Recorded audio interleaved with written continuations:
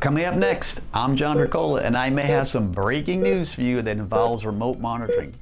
Turn off your cell phones, get off Facebook, get off Twitter, and follow me. Welcome to Wellstar. Hi, my name is John Ricola, physician assistant with Wellstar Cardiovascular Medicine. One of my responsibilities is to supervise the monitoring of your implanted pacemaker, defibrillator, or loop recorder. These devices were installed to help prevent slow heartbeats, fast heartbeats, congestive heart failure, and diagnose and treat irregular heart rhythms. Today I want to speak about one of the most important parts of your device, and that's remote monitoring, or the ability to monitor your device from home. Most of you are familiar with the physicians who implanted your devices: Dr. Canaroo, Dr. Egoville, Dr. Blatt, Dr. Riley, Dr. Piedad, Dr. Kenya, and Dr. Kushkabadi. Now I want you to meet the people who are responsible for doing the monitoring of your devices from home. They are some of the most compassionate people you will ever meet. I truly believe they always have your good interest at heart. Mookie, Terry, Melissa, Heather, Kelly, Tasha, Jessica, and Megan. We also partner with a well-respected company, Vector Remote Care. Hi, I'm Kevin Hoffman with Vector Remote Care. We help cardiology clinics with the home monitoring for their patients. Without this partnership, we would not be able to provide the service you deserve. They help keep you connected and ensure your monitor is routinely transmitting data. They will be in contact with you by phone or text message on a regular basis as data comes in. They will also call you if your monitor stops communicating. If you're not paying attention, I'm going to have to show some replays of Notre Dame football. Remote monitoring has been around for some time, but recently with improved technology, it has been found to be the preferred way to monitor the function of your cardiac device. Scientific evidence and recommendations from the Heart Rhythm Society have proven to show strong benefit for you, the patient. Here are some of the reasons why we think remote monitoring is so important. Number one, to help us take faster action for you when an irregular heart rhythm occurs. Remote monitoring has been proven to reduce hospitalizations and improve outcomes. Number two, to notify us if shocks are delivered from your defibrillator. Number three, utilizing data to recognize early signs of congestive heart failure. This function is not available to all. Number four, this is to provide routine checks for your cardiac device. This is helpful in your care to ensure optimization in how your device is working and decreases your visit to the office. Many of you often express the burden of multiple doctor's visits, including my parents. In fact, once we become familiar with you and we can ensure your monitor is transmitting properly, we can often limit your checks in the office to once per year. So how does remote monitoring work?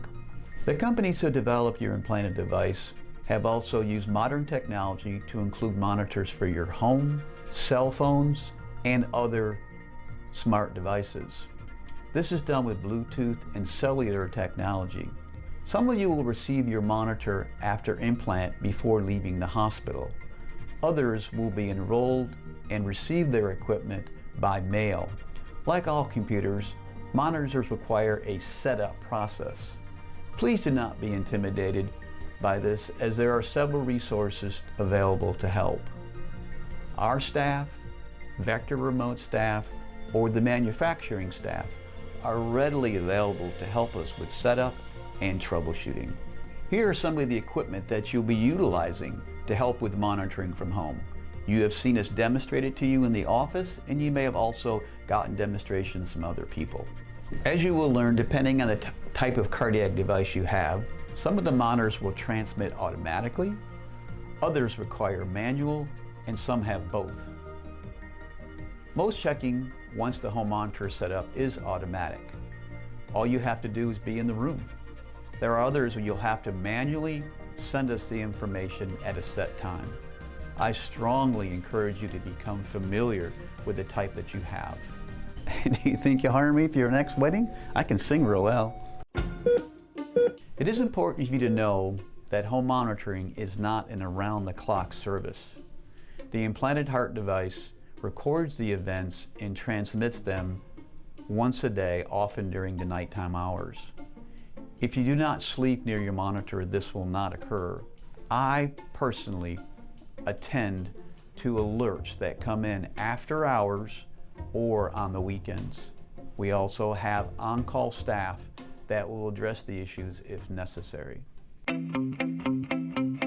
I now want to address some of the common questions that you bring to us with remote monitoring.